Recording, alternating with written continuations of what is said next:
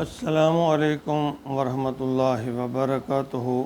پیارے سامعین و ناظرین، آج کا ہمارا سبق سورہ ہود آیت نمبر 25 اور 26 پر مشتمل ہے۔ اعوذ باللہ من الشیطان الرجیم، بسم اللہ الرحمن الرحیم۔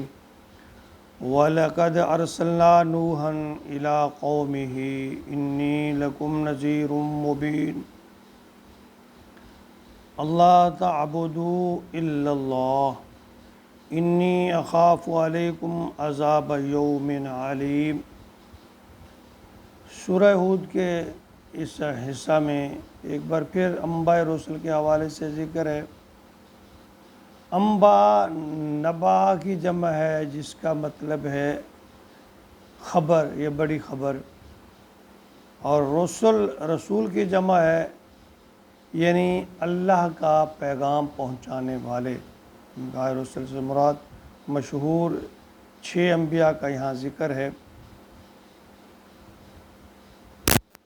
ان میں جو خصوصی طور پہ جن 6 انبیاء رسل کا یہاں بیان ہے، ان میں حضرت نوح علیہ السلام، حضرت ہود علیہ السلام، حضرت صالح علیہ السلام، حضرت شعیب علیہ السلام، حضرت لوط علیہ السلام اور حضرت موسیٰ علیہ السلام ہیں۔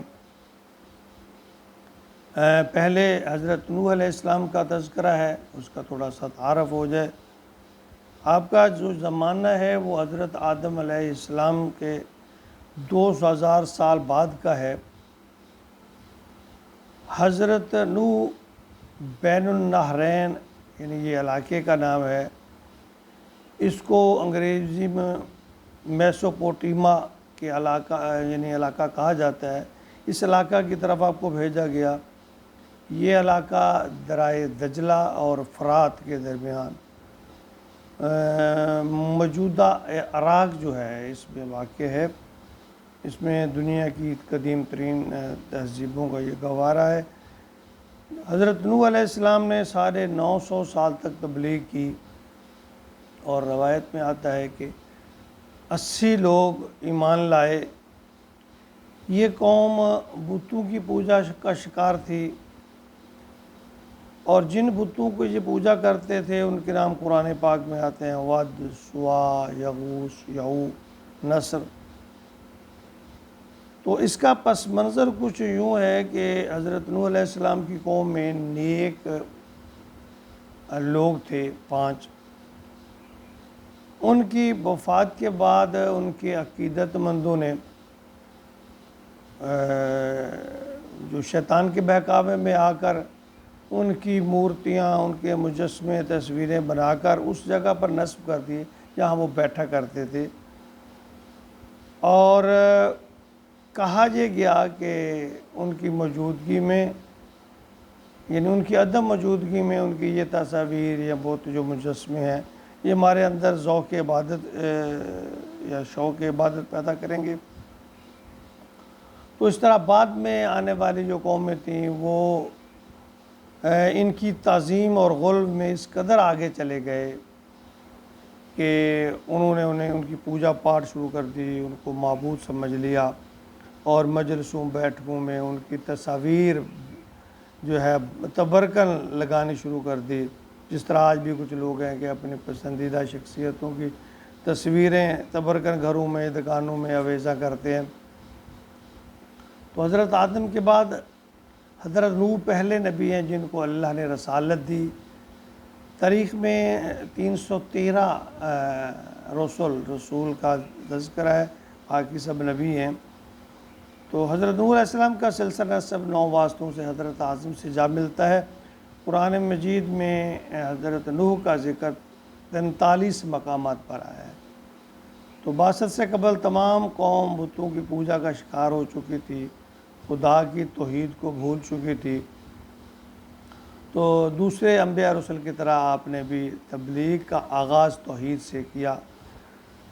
فرمایا وَلَقَدْ أَرْسَلْنَا نُوحًا، ہم نے نوح کو بھیجا إِلَىٰ قَوْمِهِ، ان کی قوم کی طرف، إِنِّي لَكُمْ نَذِيرٌ مُّبِينٌ،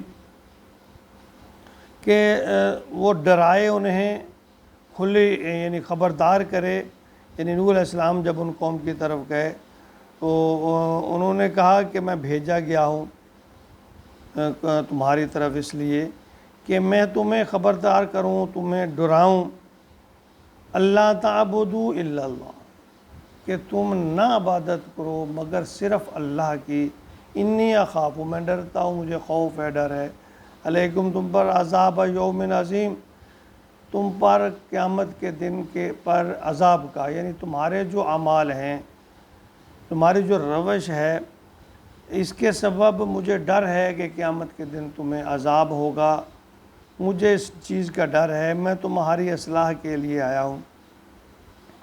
دیکھیں، انبیاء اور رسل کی تبلیغ کا آغاز ہی یعنی ان الفاظ سے ہوتا ہے عمومی طور پہ، ان انا نذیر مبین، انا نذیر مبین، کہ میں تمہیں ڈرانے والا، خوشخبری دینے والا، تمہاری اصلاح کرنے والا ہوں۔ اور پھر اللہ تعبدوا الا اللہ، کسی کی عبادت نہ کرو سوائے اللہ کے، انی اخاف علیکم عذاب یوم علیم، کہ میں قیامت کے دن تم پر جو اللہ کی ناراضگی ہوگی اس سے ڈرتا ہوں، اس سے خوف زدہ ہوں۔ قرآن پاک میں وہ عنوان جس کا سب سے زیادہ ذکر ہے وہ توحید ہے۔ تقریباً 1/3 حصہ جو قرآن کا ہے اس میں توحید کا ذکر ہے، کہ بالواسطہ یا بلا واسطہ طور پر، یعنی آپ اس کا اندازہ لگائیں کہ توحید بڑا حساس معاملہ ہے۔ اس میں اگر تھوڑی سی بھی آمیزش کر لی جائے تو انسان پھر شرک کے رستے کی طرف مڑ جاتا ہے، جس میں ہلاکت ہی ہلاکت ہے۔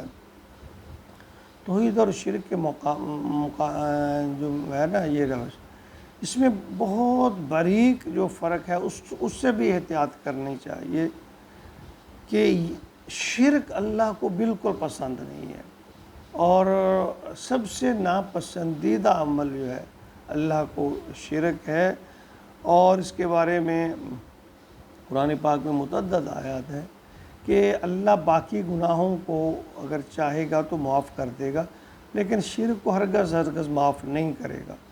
تو اس لیے ہمیں شرک، ایسی چیز میں جس میں شرک کا شائبہ بھی ہو، اس کو چھوڑ دینا چاہیے، ترک کر دینا چاہیے، اور کوشش کرتے رہنا چاہیے توحید کی پر عمل کرنے کی، کہ سب انبیاء کا تبلیغ کا بنیادی نقطہ ہی توحید ہے۔